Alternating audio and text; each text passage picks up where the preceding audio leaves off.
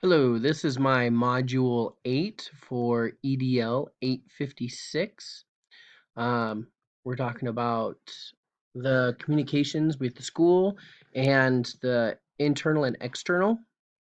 So we start off with our USD 494 communications, and our internal is inside the school. We have our school board, which again, a majority of the decisions go through when it comes to communicating what to communicate with the public. From our school board, it goes to our superintendent, Mr. Larkin.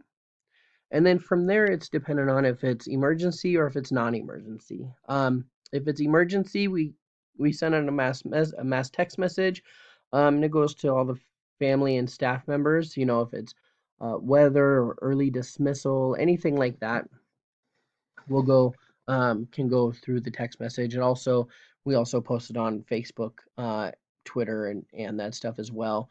But to make sure everybody gets it right away, we do send it out. We send it out via text message. And then if we go to the non-school emergency, it goes from our superintendent to our principal, Mrs. Plunkett, or in the elementary, or Mr. Z for the junior high school.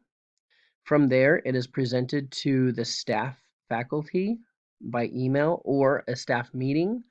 And then from there, we carry out what we need to do to get that message out to the parents and guardians. We either send out a letter or an email. We can also send out via Dojo because we use a lot of Dojo with our parents, because that's the way they like to be contacted the best, is by text or by Dojo. So those are the ways that we do internal inside the school for communication of emergency and non-emergency messages, communications. Now, as for external, we do this is outside the school. So again, it starts with our school board and it goes to our superintendent, Mr. Larkin, and then we have a few different ways that we communicate these messages um, to the public. We can broadcast it on our school kiosk, which is our message board outside the school. It's the sign that parents and the community drive by to see it. We also can post it on social media, which is Facebook, Twitter, and the school website. And then we also can and pass out flyers. So with that, um, flyers can be hung up in the post office, the pizzeria, our local pub, and our grocery store.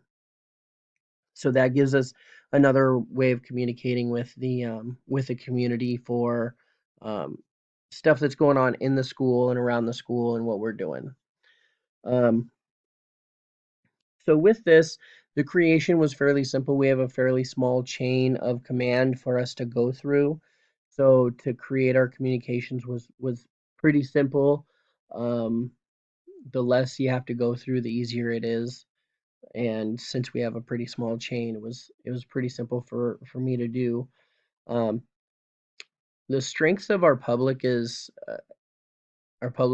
internal, both internal and external. We have such a small, tight knit community that you can tell one person, and you know that one person will help spread the message. So everybody knows pretty quickly if there's something going on that, whether it's an emergency or not, that's if something's going on, everybody's going to know about it at pretty quickly.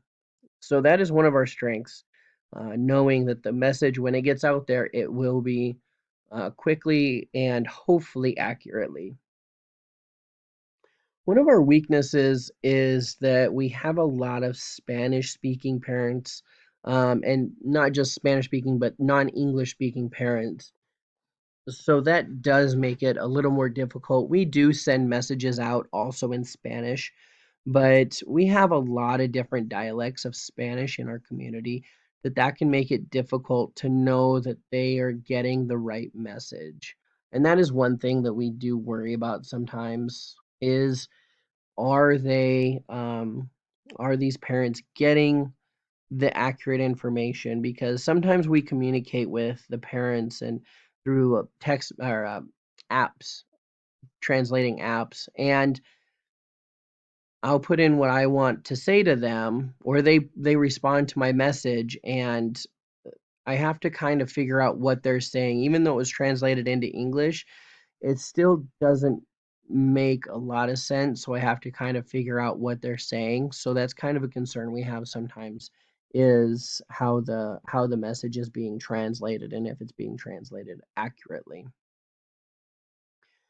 So that's kind of one of the things that we worry about. But again, we do have a lot of parents that speak both English and Spanish, so that is one thing that really does help us out. And again, that's a very tight-knit community as well. People that speak Spanish, they really do stick together and they really do help each other out, especially the ones that speak English and Spanish, because they know the ones that don't speak any English might not get the correct message. So they help us out immensely when it comes time to communicating a message. Um, so that is my module 8. As for the critique of our chart, um, kind of looking at it, I could have put I should have put a little more color and pictures into it. Um, but uh, overall, I think this does give a pretty simple um, gist of the communication chain that we have in our school, um, and let you know exactly what the process is for our school.